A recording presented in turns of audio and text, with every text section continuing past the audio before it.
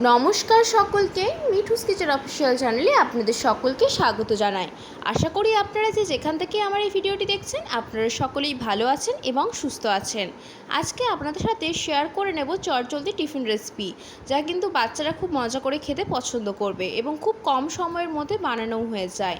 তার জন্য প্রথমে একটি বোল নিয়ে নিয়েছি, তার মধ্যে দিয়েছি 1.5 বাটি ময়দা। আমি এখানে পুরো রেসিপিটি ময়দা দিয়ে তৈরি করছি। আপনারা চাইলে ময়দার পরিবর্তে আটা দিয়েও তৈরি করতে পারেন, অথবা আটা ময়দা দুটো মিশিয়েও করতে পারেন। এরপরে আমি এখানে একটা আলু আগে থাকতে ভালো করে সেদ্ধ করে নিয়েছিলাম। আলুটা সেদ্ধ হয়ে যাওয়ার পরে খোসা ছাড়িয়ে নিয়েছি। সেই আলুটাই এখানে আমি গ্রেট করে নিচ্ছি। আলুটা গ্রেট করে নেওয়ার একটাই কারণ, তাতে করে আলুর মধ্যে কোনো দলা পাকিয়ে থাকবে না। সেই জন্য কিন্তু একটা গ্রেটারের সাহায্যে আমি এখানে আলুটা খুব সুন্দর করে গ্রেট করে নিয়েছি। আশা করি আপনারা দেখে বুঝতে পারছেন। তারপরে এর মধ্যে যা যা ইনগ্রিডিয়েন্টস আমরা দেবো, মানে যা যা সবজি দেবো, সেগুলো এক এক করে কিন্তু দিয়ে দেবো। এর মধ্যে দিয়ে দিয়েছি একটা মাঝারি সাইজের কুচিয়ে রাখা পেঁয়াজ, একটা মাঝারি সাইজেরই আমি এখানে গাজর নিয়েছি। গাজরটা ভালো করে খোসা ছাড়িয়ে সেটাকে খুব সুন্দর করে গ্রেট করে নিয়েছি। এরপরে দিয়ে দিয়েছি দুটো কাঁচা লঙ্কা, বেশ খানিকটা পরিমাণ দিয়েছি ক্যাপসিকামের কুচি এবং অনেকটা পরিমাণ ধনেপাতা কুচি। কাঁচা লঙ্কা এখানে আমি দুটো ব্যবহার করেছি। আপনারা যে যেমন ঝাল খেতে পছন্দ করেন সেই মতো কিন্তু এখানে কাঁচা লঙ্কাটার ব্যবহার করবেন। তারপরে দিয়ে দিয়েছি একটি ডিম। আমি এখানে যতটা পরিমাণ বানাচ্ছি তার জন্য কিন্তু একটি ডিম যথেষ্ট। আপনারা চাইলে ডিমের পরিমাণটা বাড়িয়ে 2 থেকে 3টেও করতে পারেন। ডিম যত বেশি দেওয়া হবে নাস্তাগুলো খেতে কিন্তু বেশ ভালো হয়। আর বাচ্চারা তো ডিম ভীষণ পছন্দ করে, তার জন্য ডিমের পরিমাণটা আপনারা কম বেশি করে নিতে পারেন পছন্দ মতো। এরপরে পরিমাণ মতো নুন দিয়ে দিয়েছি। তারপরে সামান্য পরিমাণ জল দিয়ে কিন্তু আমরা এখানে ব্যাটারটা তৈরি করে নেব। প্রথমবারেই কিন্তু অতিরিক্ত জল দেওয়া চলবে না, তাতে করে ব্যাটারের ঘনত্ব আমরা বুঝতে পারবো না। খুব বেশি পাতলা হয়ে গেলে কিন্তু টিফিন রেসিপিগুলো ভালো হবে না।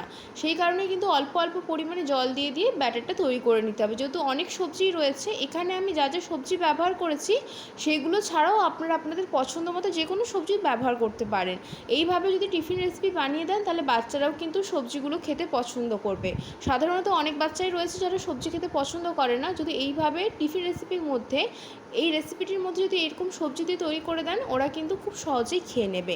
আমার এখানে মনে হয়েছে যে আরও সামান্য পরিমাণ জল দেওয়ার প্রয়োজন রয়েছে, তাই কিন্তু এখানে আমি 2 বার মতো জল অ্যাড করেছি। এইভাবে প্রত্যেক বারে কিন্তু জল দিয়ে ব্যাটারটা তৈরি করে নিতে হবে। আর ব্যাটারটা কিন্তু বেশ ঘন হবে, পাতলা হবে না, মানে একটু থকথকে হবে।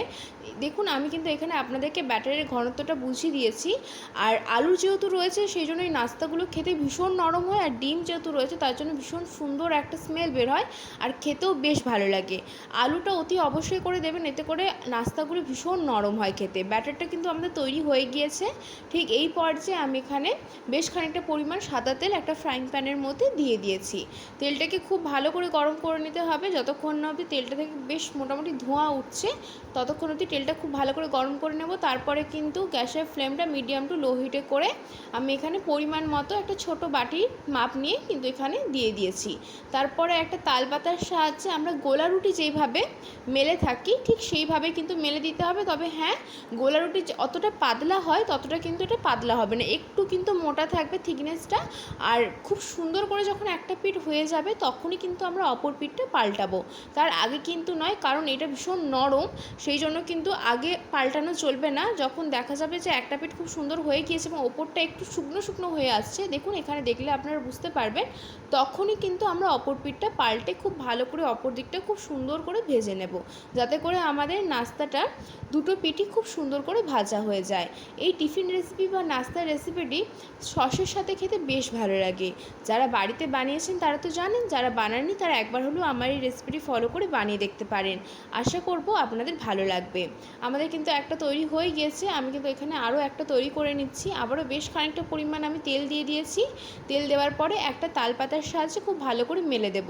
যেমন করে আগেরটা তৈরি করলাম ঠিক সেম পদ্ধতি হবে। তবে হ্যাঁ, মাথায় রাখবেন বেশি পাতলা করতে যাবেন না, বেশি পাতলা করলে কিন্তু এই টিফিন রেসিপিগুলো ভালো হবে না এবং উল্টানোর সময় কিন্তু ছিঁড়ে যেতে পারে। সেই জন্য অল্প পরিমাণে একটু মেলে দেবেন যাতে থিকনেসটা একটু মোটা থাকে। সেই কারণেই এখানে আমি একটু মোটা করে করেছি।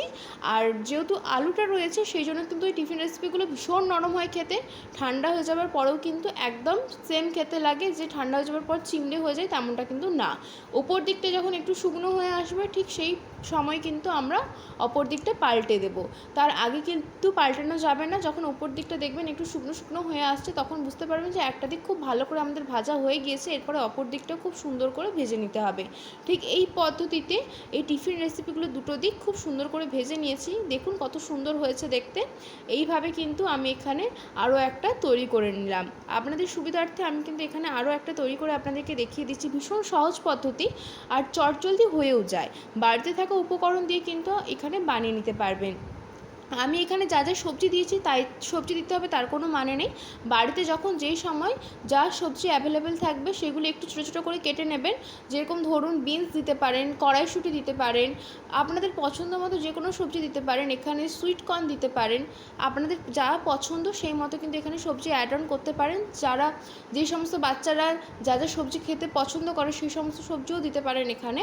সেইভাবে কিন্তু এখানে এটা নাস্তাটা তৈরি করে নিতে পারবেন। আমি কিন্তু এখানে আরও একটা দিয়ে দিয়েছি সেম পদ্ধতিতে। ওপর থেকে যখন একটু শুকনো শুকনো হয়ে আসবে ঠিক তখনই কিন্তু অপর দিকটা পাল্টে দেবো। তাতে করে কি হবে, যখন আমরা এটা পাল্টাবো তখন কিন্তু নিচের দিকটা লেগে যাবে না। সেই জন্যই বলছি, যখন একটা দিক খুব ভালো করে ভাজা হয়ে যাবে সেটা দেখে বুঝতে পারবেন যখন অপর দিকটা একটু শুকনো হয়ে আসবে। দিয়ে এইভাবে কিন্তু দুটো পিঠই খুব ভালো করে ভেজে নিতে হবে। আমাদের কিন্তু টিফিন রেসিপি একদম কমপ্লিট হয়ে গিয়েছে। আমি কিন্তু এখানে এই টিফিন রেসিপিটা সসের সাথে সার্ভ করেছিলাম। আর ঝালের পরিমাণটা আমি এখানে অনেকটা পরিমাণ কম দিয়েছি, যেহেতু বাচ্চাদের জন্য বানাচ্ছি। আপনারা যদি ঝালটা একটু বাড়াতে চান সামান্য পরিমাণ গোলমরিচের গুঁড়োও অ্যাড করতে পারেন, কারণ এই সমস্ত টিফিন রেসিপির মধ্যে গোলমরিচের গুঁড়ো ঝালটা যে ফ্লেভারটা আসে সেটা বেশ ভালো লাগে খেতে। কিন্তু যেহেতু বাচ্চাদের জন্য সেই জন্য কিন্তু এখানে আমি গোলমরিচের গুঁড়ো অ্যাড করিনি। আমি আপনাদেরকে দেখিয়ে দিচ্ছি, দেখুন কতটা নরম হয়েছে, দেখতে ভীষণ নরম এবং সফট হয়। আজকের এই রেসিপি যদি আপনাদের ভালো লেগে থাকে অতি অবশ্যই করে আমার চ্যানেলটিকে সাবস্ক্রাইব করবেন, লাইক শেয়ার কমেন্ট করতে ভুলবেন না। আর যদি এরকমই নিত্য নতুন রেসিপি আমার চ্যানেলে পেতে চান তাহলে অবশ্যই করে আমার চ্যানেলের পাশে থাকার অনুরোধ রইল। আর আজকের এই রেসিপি কেমন লাগলো কমেন্ট করে কিন্তু অবশ্যই জানাবেন। আর একবার হলেও কিন্তু এই পদ্ধতিতে এই টিফিন রেসিপি বাচ্চাদেরকে টিফিনে বানিয়ে দেখবেন। আশা করব ওদের খুব ভালো লাগবে।